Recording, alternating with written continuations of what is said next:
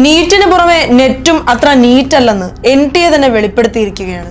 മതം, വസ്ത്രം, എഴുത്ത്, ചിന്ത, തൊഴിൽ എന്നിവയ്ക്ക് പുറമെ കേന്ദ്രം താറുമാറാക്കുന്ന ഒരു മേഖല കൂടെ വിദ്യാഭ്യാസം. പരീക്ഷ എഴുതിയ 67 പേർക്ക് ഒരേ റാങ്ക് എന്ന അത്ഭുത റിസൾട്ടുമായാണ് നീറ്റ് പരീക്ഷ എത്തിയതെങ്കിൽ 11 ലക്ഷം പേരുടെ പ്രതീക്ഷയും സമയവും വിദ്യാഭ്യാസവും കാറ്റിൽ പറത്തിയാണ് നെറ്റ് ഇത്തവണ വിദ്യാഭ്യാസത്തിന്റെ ഗുണമേന്മ വ്യക്തമാക്കിയത്. ഉന്നത വിദ്യാഭ്യാസം എന്നത് ഒരു തമാശയായി ഇക്കാലത്ത് മാറി. നാഷണൽ ടെസ്റ്റിംഗ് ഏജൻസി എന്നത് വിശ്വസിക്കാവുന്ന ഒരു പേരല്ല എന്ന് അവർ തന്നെ പറയുന്നു.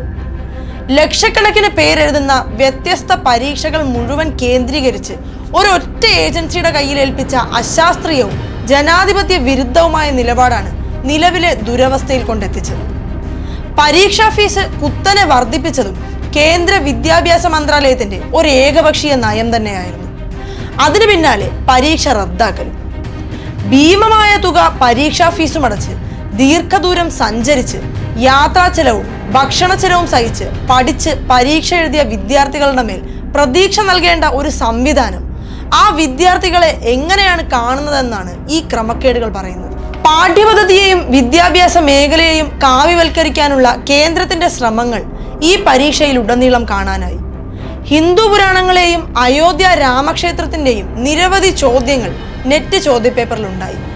പ്രാണപ്രതിഷ്ഠ നടന്ന ദിവസം, രാമായണത്തിൽ ഹനുമാനെ വർണ്ണിക്കുന്ന ഭാഗം, രാമായണം തുടങ്ങുന്ന ശ്ലോകം, മഹാഭാരത യുദ്ധത്തിൽ മരിക്കാതെ യുദ്ധം കണ്ട ആളാര്, ഭഗവത്ഗീത ഏതിന്റെ വിപുലമായ രൂപമാണ്, ഹിന്ദു ഫിലോസഫി രൂപപ്പെടുത്താൻ ഉപയോഗിച്ച സംഭവങ്ങൾ എന്നിങ്ങനെ പോകുന്നു ചോദ്യങ്ങൾ.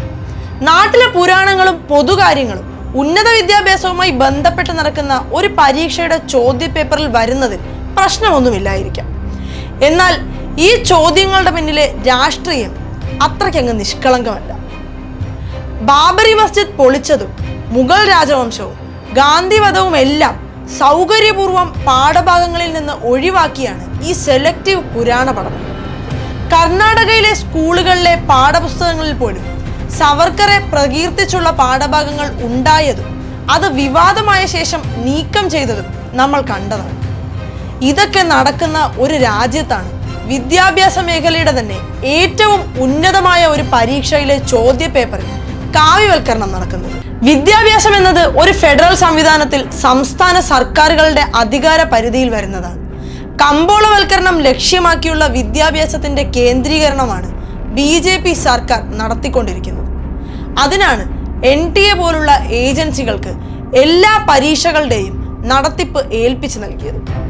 കേന്ദ്ര വിദ്യാഭ്യാസ മന്ത്രിയുടെ രാജിയാണോ ഇതിന് പരിഹാരമെന്ന ചോദ്യത്തിന് ഒരു വിദ്യാർത്ഥി നൽകിയ മറുപടി ഇങ്ങനെയാണ്: വിദ്യാഭ്യാസ മന്ത്രി മാറിയതുകൊണ്ട് കാര്യമില്ല. ഇതേ മന്ത്രിസഭയിൽ നിന്നും വിദ്യാഭ്യാസത്തെക്കുറിച്ച് ഇതേ ചിന്താഗതിയുള്ള ഒരാൾ വീണ്ടും മന്ത്രിയാകും. ഈ സർക്കാരിന്റെ വിദ്യാഭ്യാസ നയങ്ങളാണ് ഞങ്ങളെ ഈ നിരാശയിലേക്ക് എത്തിച്ചത്. ഈ വിദ്യാഭ്യാസ നയവും സർക്കാരും മാറാതെ ഇവിടെ ഒന്നും മാറാൻ പോകുന്നു.